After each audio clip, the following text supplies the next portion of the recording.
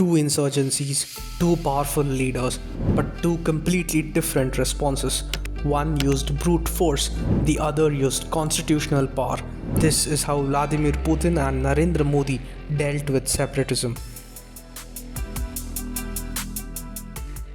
After the Soviet Union collapsed in 1991, Russia began to disintegrate.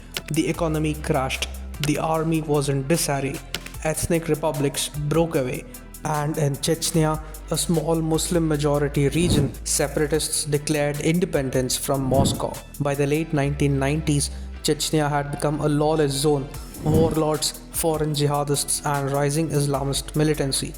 Vladimir Putin rose to power in post-Soviet Russia and decided to restore order.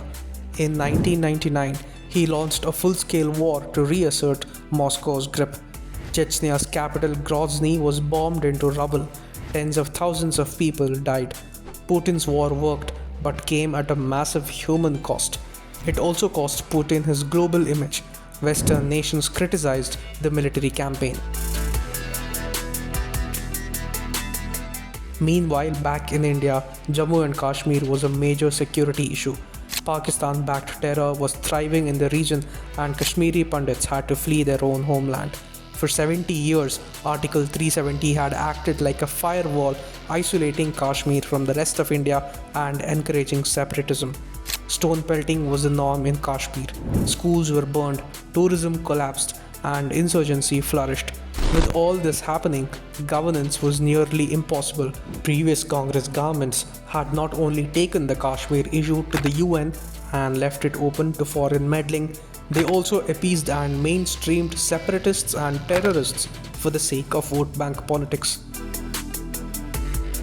But when Narendra Modi became Prime Minister in 2014, things changed.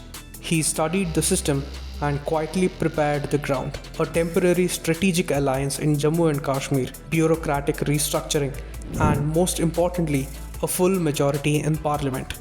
PM Modi waited and watched, and in August 2019, when the timing was perfect, he struck. Article 370 was gone. No war, no bloodbath, no foreign meddling.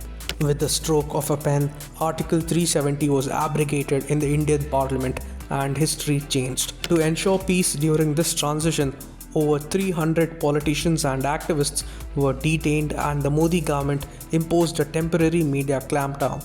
This was a preventive step, not a show of force, aimed at avoiding unrest and saving lives. While critics in the West and the Congress ecosystem in India raised concerns, the Modi government maintained that Jammu and Kashmir is a sovereign internal matter of India, and peace and stability is what mattered the most. Delegations from the US and the EU continued to visit the region from 2019 to 2021, showing how the West tried to intervene in Kashmir.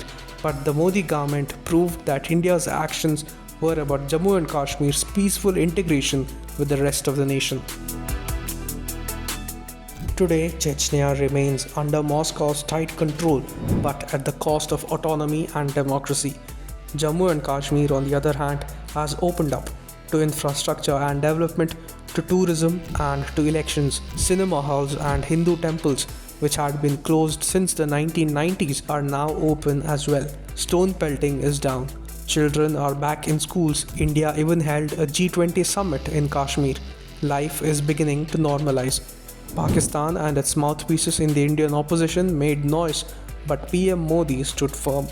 While Putin used raw power, PM Modi worked through the system and leveraged the Indian constitution into a tool of national unity. Putin crushed separatism with war. Modi crushed separatism with leadership and long-term vision. Two strong men, two different methods, two different legacies, but only one built a stronger democracy in the process.